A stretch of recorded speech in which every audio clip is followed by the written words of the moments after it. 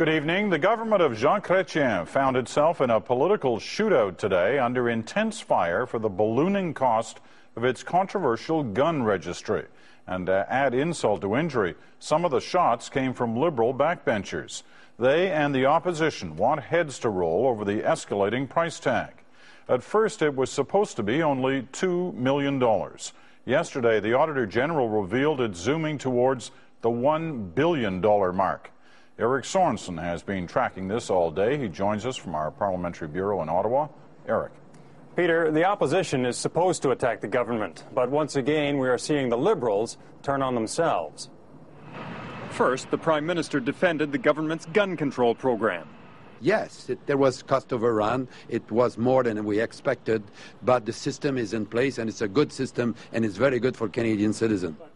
Then he defended his minister. Allan Rock resign over No, this? next.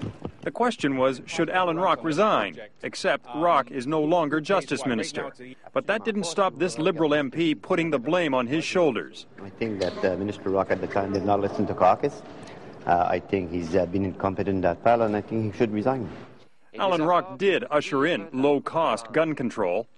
The registration system, through the use of modern technology, will be simple, efficient, and cost-effective. But that was 2 justice ministers ago. Should Rock still be accountable? By parliamentary convention, ministers leave their responsibilities behind when they change jobs. That's the way the former justice minister sees gun control. It's for the Minister of Justice to respond. It's the way the present justice minister sees it. And what I'm telling you is that I'm the one accountable. And it's the way it worked when Jane Stewart took the heat for the last so-called billion-dollar boondoggle at Human Resources. Her predecessor, Pierre Pettigrew, the minister during the period of mismanagement, escaped parliamentary scrutiny. But that was then, and this is now. This whole fiasco rests squarely on the shoulder of Allan Rock. This Allan Rock supporter says it smacks of internal leadership politics. Mr. Rock could potentially be a leadership contender, and anything to do with somehow discrediting him, I guess, would be beneficial to others. Leadership politics or not, in the waning months of Jean Chrétien's leadership, fractious Liberals are increasingly prepared to lash out against their own government's performance, this time on gun control. Oh, I think it's total incompetence. I must admit that I'm really embarrassed by the costs. Caucus solidarity isn't what it once was. You know, we're not a bunch of idiots in that caucus. We're asking the same sort of questions that you're asking and that the opposition is asking. And if that means former Justice Ministers Allan Rock or Anne McClellan get caught up in the new Liberal finger-pointing, then so be it. There should be ministerial responsibility from the inception of the program right through the termination of the program. It's all helping the opposition to pin the blame on as many ministers as possible. Justice ministers who were involved, and I think the finance minister who supervised all of this spending should be held accountable for this. Some Liberals want to see a freeze on gun control spending, at least for now. Coincidentally, there will be a vote in the House of Commons tomorrow on whether to approve an additional $71 million for the government's gun control program. Peter? Thanks, Eric. Eric Sorensen reporting from Ottawa tonight. So exactly where has all that money gone? What does $1 billion buy when it comes to gun control? Paul Hunter has been doing some accounting. 7 years ago, and then Justice Minister Allan Rock made it sound so simple. All that we're asking of firearms owners is to fill out 2 cards and mail them in. The predicted cost to taxpayers, $2 million, period. Cut to yesterday, and an updated prediction from Auditor General Sheila Fraser. And now will cost significantly more than that, up to $1 billion or more. So what happened? The Justice Minister responsible now is Martin Cauchon. We are very concerned, of course. We've read the report, and we'll fix the problems. The main problem, it turns out, was a failure to anticipate the problems. Here's the cost breakdown supplied by Canada's Firearms Centre. To help the police enforce the legislation, not much, some $2 million so far, but there's more.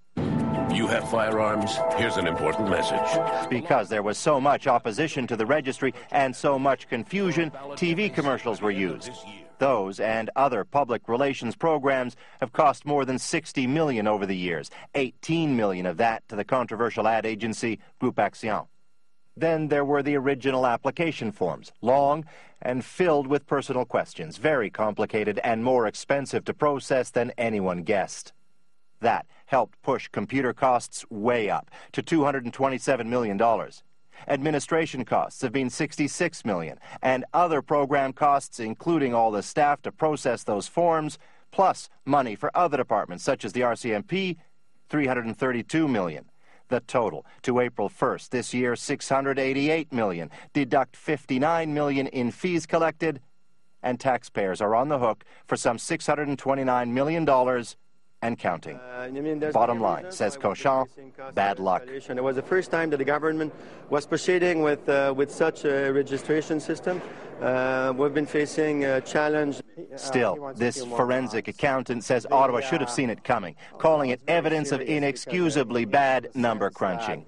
If you don't do a thorough enough analysis, and you happen to be a private industry company, where do you get that cash from? So that you can go bankrupt by making that mistake in industry. The government then says, okay, we're just going to run a higher deficit. So to me, that's very serious. It's not the kind of criticism the federal government will want to hear these days. It's been attacked by the opposition all year for poor money management. And now this, at a time Liberals are telling Canadians, trust them. They've got a sound plan in place for another big project, Kyoto. Paul Hunter, CBC News, Ottawa.